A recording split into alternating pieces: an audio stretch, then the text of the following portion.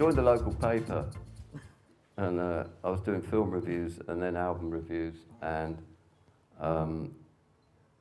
my mate Pete Frame used to go to Friars Club, and he'd started a magazine called Zigzag in 1969, and it was a hippie mag. You know, it was all sort of,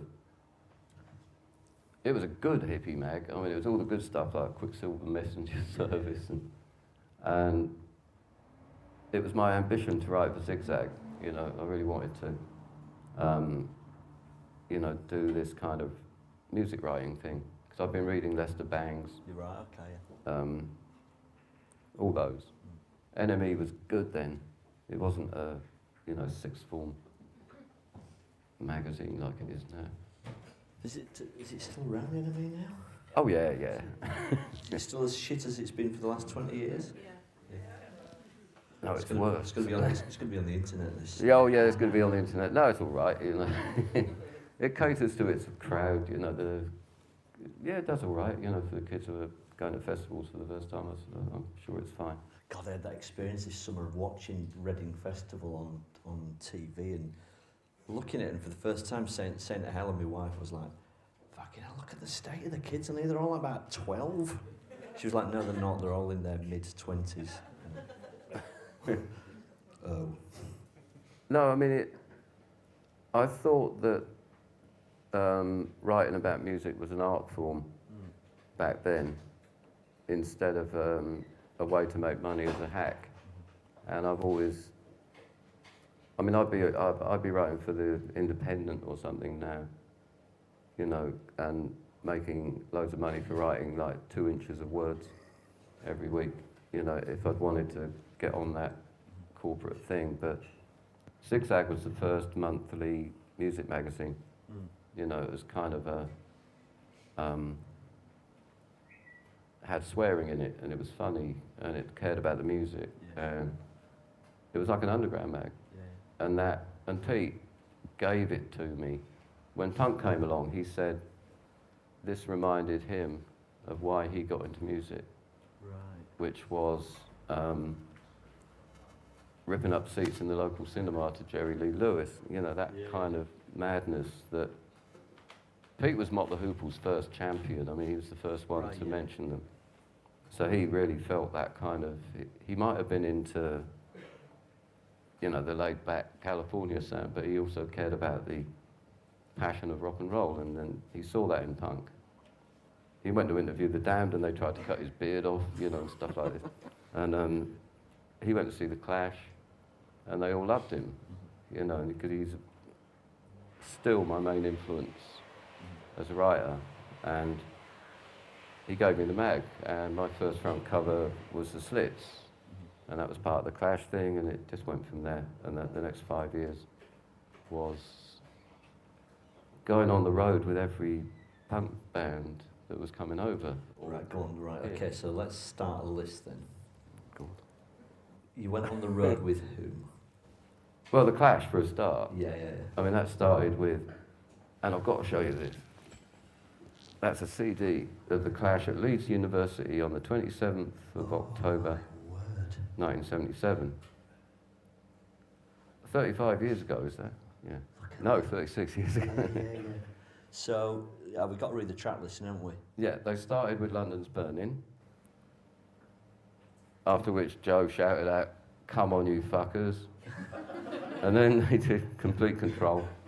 1977, Joe Guitar Doors, Clash City Rockers, Capital Radio, Hate and War, Police and Thieves, The Prisoner, I'm So Bored with the USA, Career Opportunities, Janie Jones, Garage Land, What's My Name, White Riot. Oh my God. Is that still here, Leeds University? Yeah. Well, obviously.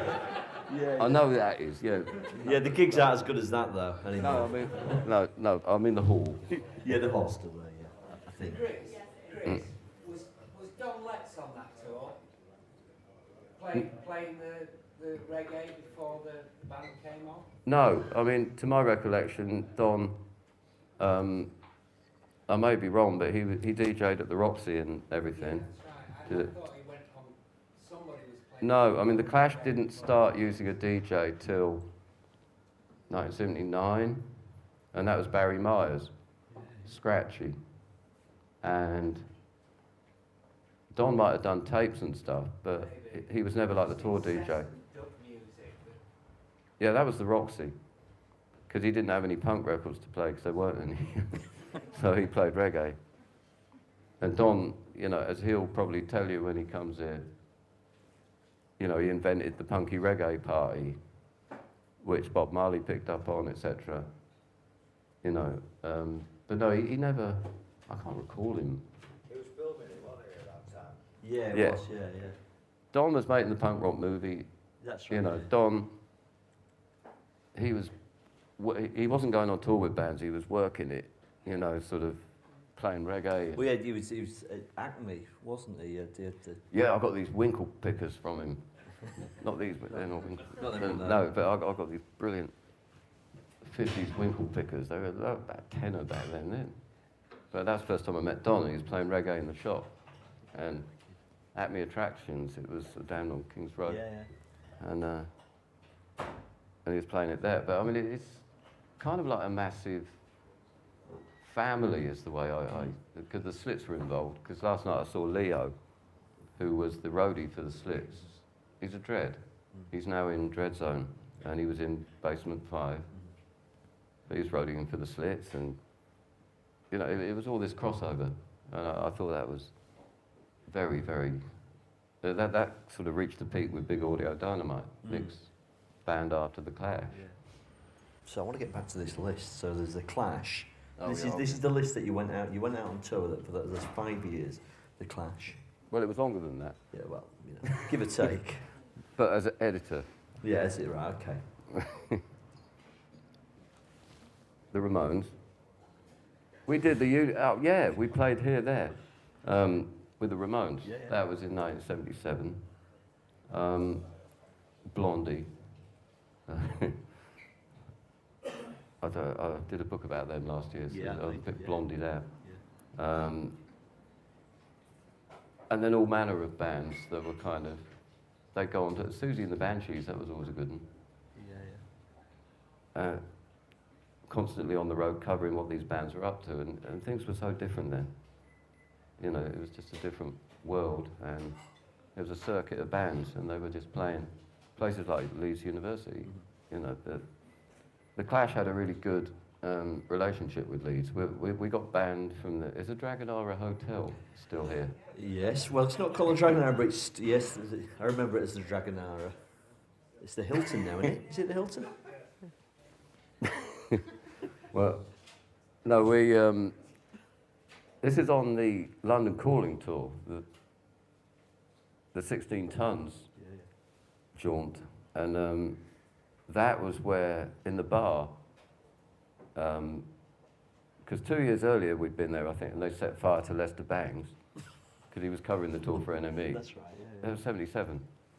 And after the gigs, you'd get in the hotel bar and like 200 kids would turn up trying to just hang around the band, get the autographs and stuff.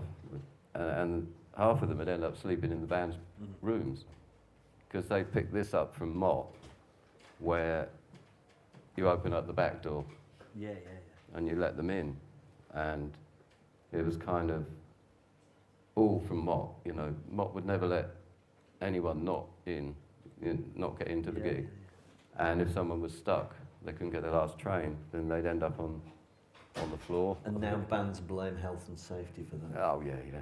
But I mean, we were in the bar at the Dragonara, and that's where Joe he turned himself into the Reverend Sandwich, and he sacrificed like this big plate of sandwiches on the table, and I don't know, Joe just went off on one. He turned into like a preacher, and he did this. We were all dancing. If you can imagine the Clash doing like Indians dancing around a totem pole, chanting "sandwich." Right. And Joe's there, you know, and he gets the knife, plunges it into the sandwich, and then everyone picks up the sandwiches, and they were hurling them. It was like an old-fashioned food fight. And then me and the aforementioned Robin, we decided at about 5 in the morning it was time to go back to our room. and we couldn't open the door. They just invented, you know, those key like cards for the doors. They just invented them, and we could never get the hang of it. And Robin's answer was to boot the door, and it went flat. But it wasn't our room.